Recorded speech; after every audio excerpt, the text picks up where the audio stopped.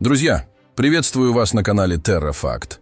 Сегодня в этом выпуске мы поговорим о захватывающей истории Ромула, легендарного основателя Древнего Рима. Мы узнаем о его рождении и воспитании волчицей, а также о его таинственном исчезновении и восхождении в статус божества. Расскажем о малоизвестной встрече основателя Рима с таинственной незнакомкой, которая предсказала ему будущее его поселения и предостерегла о грядущих испытаниях. Мы также рассмотрим, как влияние Ромула простирается через время, формируя основу одной из величайших цивилизаций в истории человечества. Присоединяйтесь к нам, чтобы узнать больше об этой великой фигуре и мифах, которые окружают его жизнь и наследие. Адекватная критика и оценка моей работы, конечно же, приветствуются заранее. Благодарю.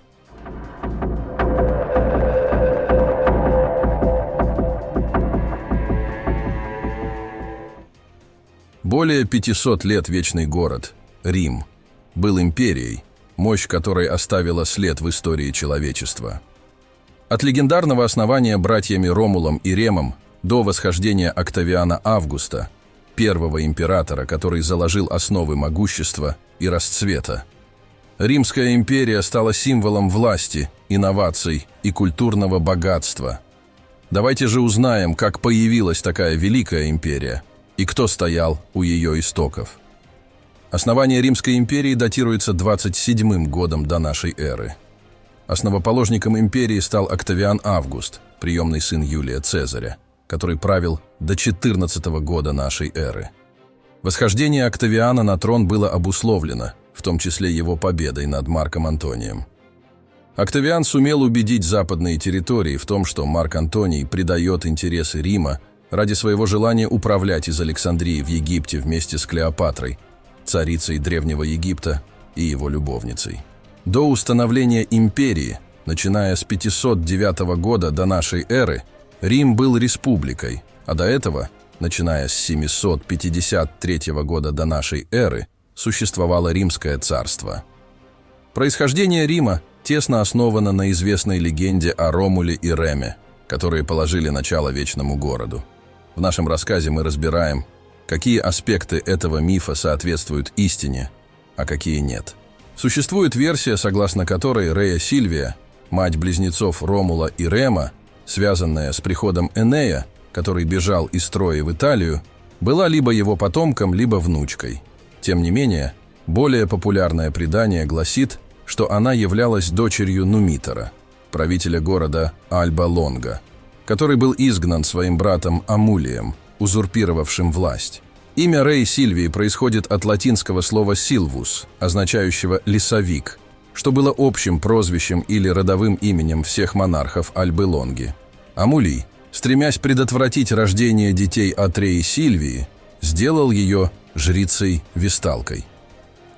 Весталки были жрицами богини домашнего очага Весты в эпоху Древнего Рима и пользовались значительным уважением и почетом. Они были ключевым элементом в обеспечении безопасности и процветания римского государства. Эти жрицы освобождались от обычных общественных обязательств, обещая не вступать в брак и сохранять девственность в течение 30 лет своего служения, полностью посвящая себя выполнению религиозных обрядов и поддержанию вечного огня в храме Весты. Но в ситуацию оказался втянут бог войны Марс, и Рея Сильвия стала матерью близнецов, хотя существует мнение, что их отцом мог быть Амулий, принявший облик Марса. Амулий приказал обезглавить ее, а младенцев сбросить в реку Тибр. Рея Сильвия подверглась смертной казни за нарушение обета безбрачия, который давали весталки. После того, как братья появились на свет, Амулий распорядился погребением Реи Сильвии. Существует и другая версия, согласно которой она была заточена в темницу или брошена в воды реки Тибр. Однако, благодаря вмешательству Тиберина, божества реки Тибр, она была спасена и стала его супругой. Чтобы защитить себя от притязаний на престол со стороны отпрысков старшего брата, царь Амулий распорядился бросить новорожденных в реку Тибр. Во время наводнения раб, ответственный за выполнение этого приказа, оставил корзину с младенцами на мелководье. Корзина начала плыть по течению, но застряла на ветках смоковницы, которая была посвящена Румине, богини кормления новорожденных. Волчица, пришедшая к воде, вскормила мальчиков своим молоком, а дятел, священная птица Марса, принес им пищу в клюве. Это чудесное событие стало известно царским пастухам, обитавшим на холме Палатин. Один из них, Фаустул, забрал детей к себе домой. Фаустул и его супруга, Акка Лоренция, приняли решение растить близнецов вместе со своими 12 сыновьями. Мальчикам дали имена Ромул и Рем, что происходит от слова, обозначающего сосок, так как их впервые увидели, когда они питались молоком волчицы. Известно, что они обучались чтению и письму в городе Габии и впоследствии выросли на холме Палатин, где вместе с местной молодежью развивались во всех отношениях. Братья отличались своей красотой, физической мощью и лидерскими качествами. Они стали главарями своих сверстников в борьбе против разбойников, нападавших на холмы над Тибром, и иногда сами вели себя как разбойники или воспринимались окружающими как таковые. В одной из схваток Рем был захвачен в плен пастухами Нумитора и предстал перед царем Амулием. Амулий приговорил его к смерти и отправил на казнь, но Нумитор догадался, что пленник – непростой пастух.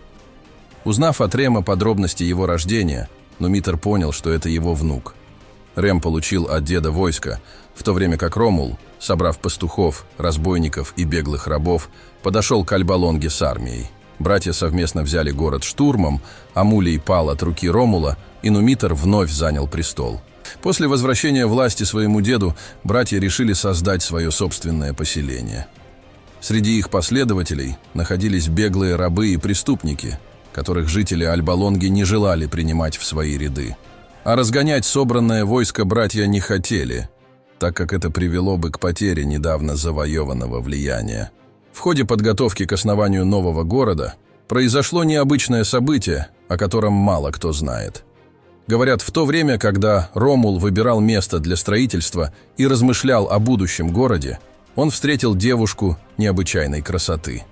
Она была как бы окутана туманом таинственности и излучала невероятную ауру. Ромул, пораженный ее красотой и загадочностью, попытался узнать, кто она такая и откуда пришла.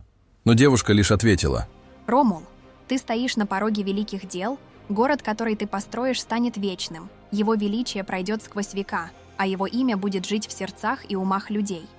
Но будь осторожен, ни одной капли крови не должно упасть на землю во время строительства. Но если же это случится, войны ожидают тебя и преждевременная смерть». Ромул, пораженный этим предсказанием, долго размышлял о словах таинственной незнакомки, но, как известно из истории, так и не смог предотвратить трагическую судьбу. Наконец-то братья определились с местом для нового города там, где в прошлом их нашли в логове волка. Однако возникли разногласия по поводу точного местоположения будущего города. Ромул предпочитал холм Палатин, а Рем – холм Авентин. Его название Рома или Ремория, соответственно и того, кто будет управлять им. По совету Нумитора братья обратились к ауспициям, или птицегаданию. Рем первым увидел благоприятный знак – 6 парящих ястребов. Для Ромула знак появился позже, но был более масштабным – 12 ястребов. Каждый из братьев считал, что боги поддержали именно его, что привело к разногласиям, переросшим в открытый конфликт. Ромул начал выкапывать ров, чтобы определить границы своего будущего города. Рем постоянно насмехался над братом и мешал его работе.